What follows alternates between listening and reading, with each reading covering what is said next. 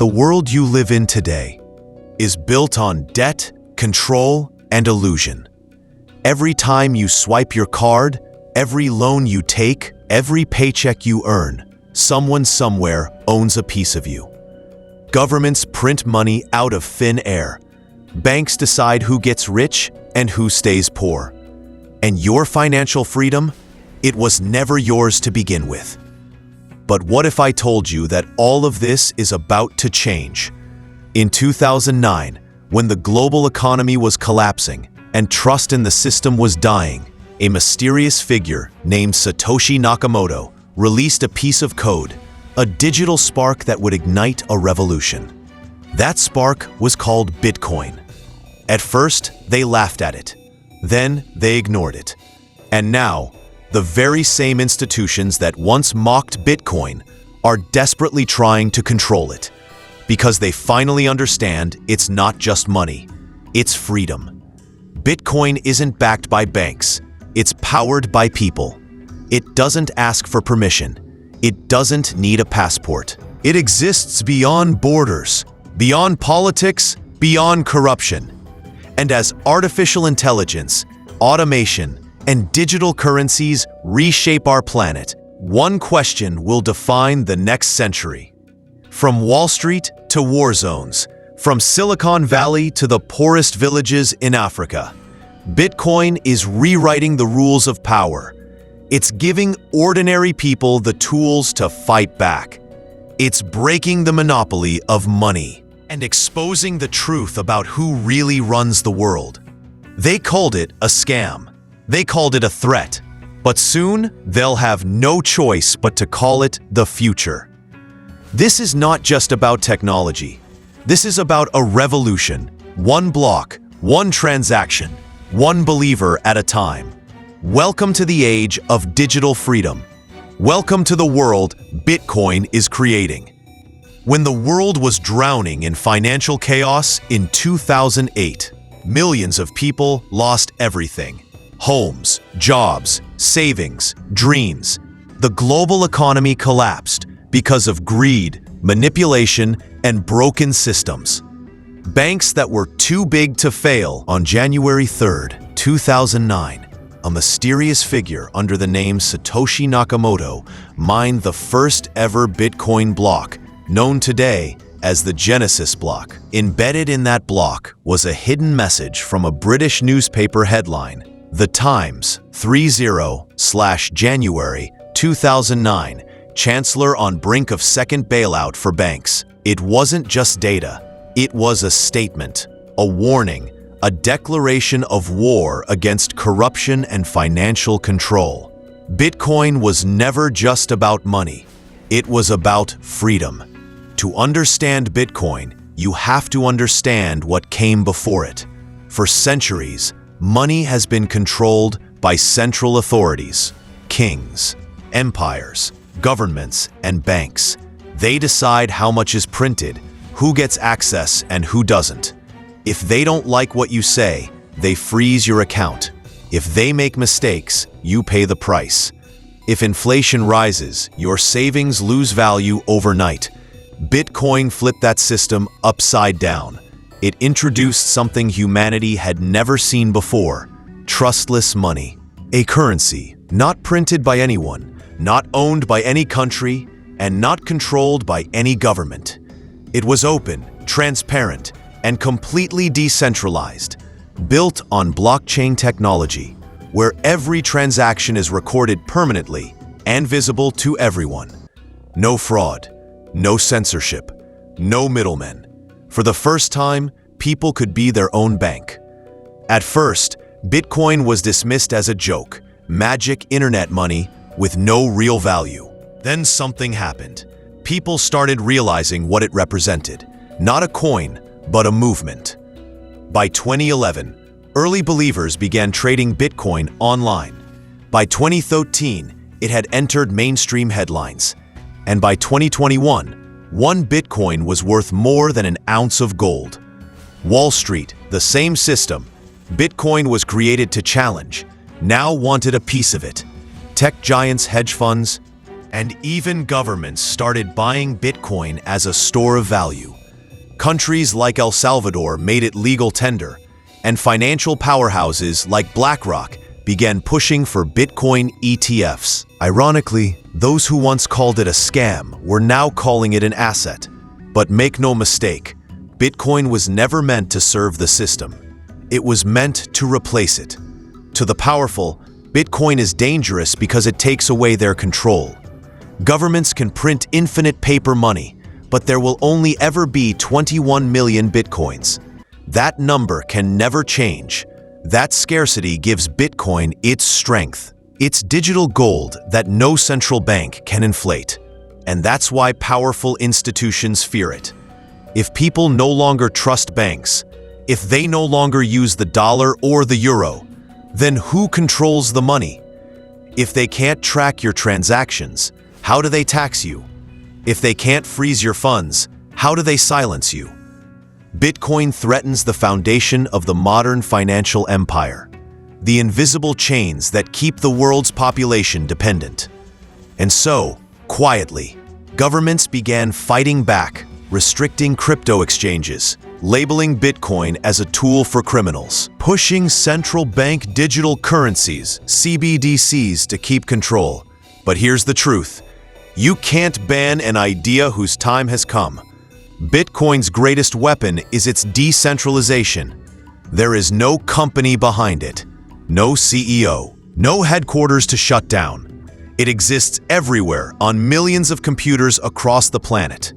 Every transaction is verified by people known as miners, using immense computing power to secure the network, and in return, they earn Bitcoin.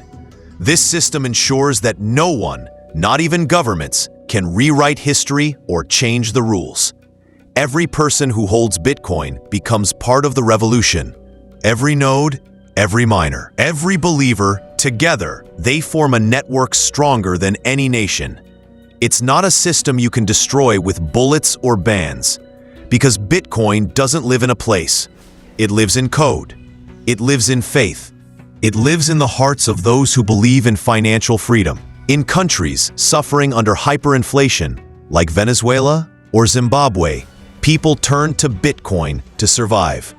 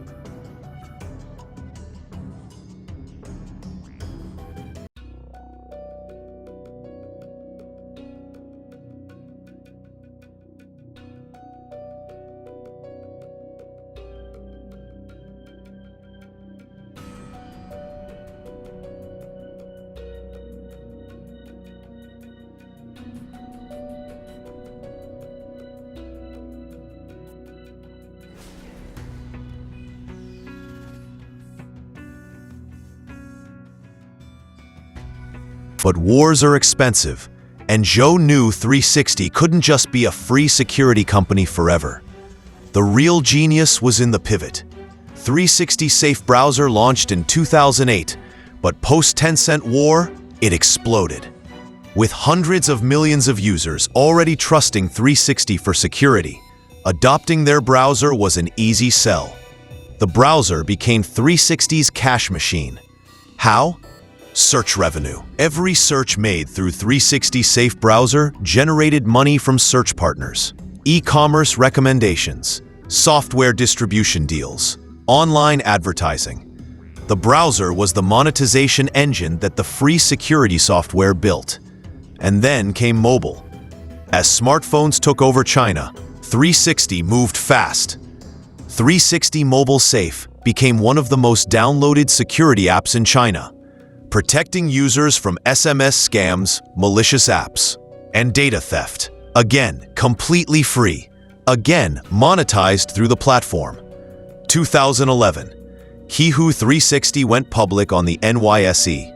The IPO raised $175 million, valuing the company at nearly Zhou Hongyi's stake worth over $1 billion. The failed physics student was now a billionaire, but Zhou wasn't done. Over the next few years, 360 expanded aggressively. They built an entire ecosystem: 360 browsers, app stores, mobile operating systems, even smartphones. The strategy remained the same: give away the core product, monetize the platform. By 2018, the company's valuation hit over $10 billion. Zhou was one of China's richest tech founders, but more importantly, had fundamentally changed how software companies operated in China. The freemium model that dominates Chinese internet today, Zhou was one of its pioneers. But being Zhou Hongyi came with a price. His aggressive tactics made him a pariah in Chinese tech circles. Competitors refused to work with him. Former allies became enemies. He was called the Destroyer, the Red Cannon, for his explosive public statements, and China's most hated tech CEO. His companies were sued dozens. Regulatory investigations followed him. Rivals accused 360 of monopolistic practices, privacy violations, and unfair competition. Some of it was jealousy. Some of it was justified. Zhou's software, while free and effective, was also infamous for being difficult to fully remove and for aggressive bundling practices. Ironically, the same tactics his old company 3721 had used. The student who learned from failure had also learned from his past sins. Yet, through it all, Zhou never softened. In interviews, he remained defiant, argumentative, and convinced he was right. He believed Chinese users needed free protection, and if making enemies was the cost, so be it. Today, Zhou Hongyi remains chairman of 360 Security, though the company has faced new challenges: increased regulation, competition from smartphone manufacturers building in security features, and the maturation of the Chinese internet have all pressured 360's dominance. Zhou's pioneering of free security software forced the entire industry to adapt or die. Paid antivirus is essentially extinct in China now, and Zhou's fingerprints are all over that transformation. He proved that in the internet age, free isn't just a price point, it's a strategy. That market share matters more than immediate profit. That if you control the gateway, you control everything that flows through it. Zhou Hongyi's story isn't a clean hero's journey. He's not a beloved founder. He's not universally admired. But he won. He turned failure into learning. He turned aggression into advantage. He turned free software into billions.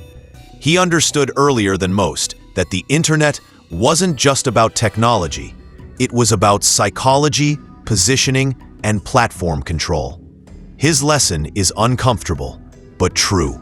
Sometimes disruption requires being willing to fight dirty, to make enemies, to be hated. Zhou didn't become a billionaire by playing nice. And every person who understands it joins that revolution block by block, transaction by transaction. The question is, which side of history will you stand on? Because 10 years from now, when Bitcoin reshapes the global economy, when digital money becomes the new norm, when people look back at this moment, they'll remember who had the courage to believe before everyone else did. So ask yourself, will you be the one who watched it happen, or the one who helped build it? If you believe in freedom, in truth, in the power of people, then share this message. Spread it. Comment your thoughts below. Do you think Bitcoin will save the world or destroy it? Let the debate begin. And remember, this isn't just another financial movement. It's the story of human evolution, the beginning of a new world, the world that Bitcoin is creating.